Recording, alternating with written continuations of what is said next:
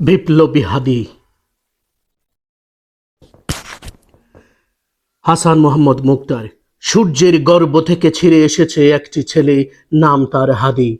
আগুনের নাম, রক্তের নাম, বিদ্রোহের নাম। তার চোখে জ্বলে পুড়ে যাওয়া গ্রামের ধান ক্ষেত, তার কণ্ঠে গর্জন করে হারিয়ে যাওয়া বাবার শেষ কথা।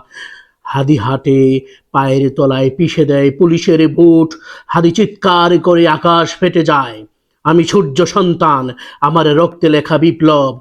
যে হাতে লাঠি খেয়েছে সেই হাতে এখন বোমা, যে মুখে চর খেয়েছে সেই মুখ থেকে এখন আগুনের গান।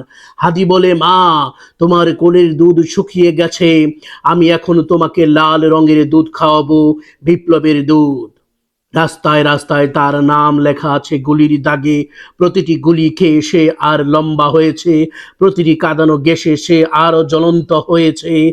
হাদি মরে না, হাদি পুড়ে যায় না, হাদি ছড়িয়ে পড়ে। সূর্য যখন অস্ত যায়, হাদি তখন উঠে দাঁড়ায়। রাতের আকাশে তার মুখ দেখা যায়, একটা জ্বলন্ত সূর্য।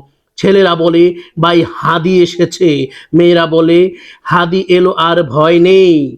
বুড়োরা বলে, ছেলেটা আমাদের হারানো স্বপ্ন ফিরিয়ে এনেছে। হাদি, হাদি, হাদি। তোর নাম আজ রক্তের নদী বয়ে যাচ্ছে, তোর নামে আজ শহীদেরা হাসছে আকাশে, তোর নামে আজ শিশুরা প্রথম শব্দ বলছে বিপ্লব।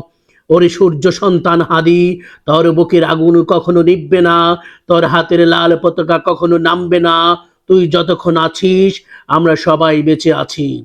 তুই যতক্ষণ চিৎকার করছিস, পৃথিবী থামবে না। হাদি, হাদি, হাদি। আজ থেকে তোর নাম আমাদের শপথ, আজ থেকে তোর রক্ত আমাদের জ্বালানি। আমরা সবাই তোর সন্তান, আমরা সবাই তোর আগুন।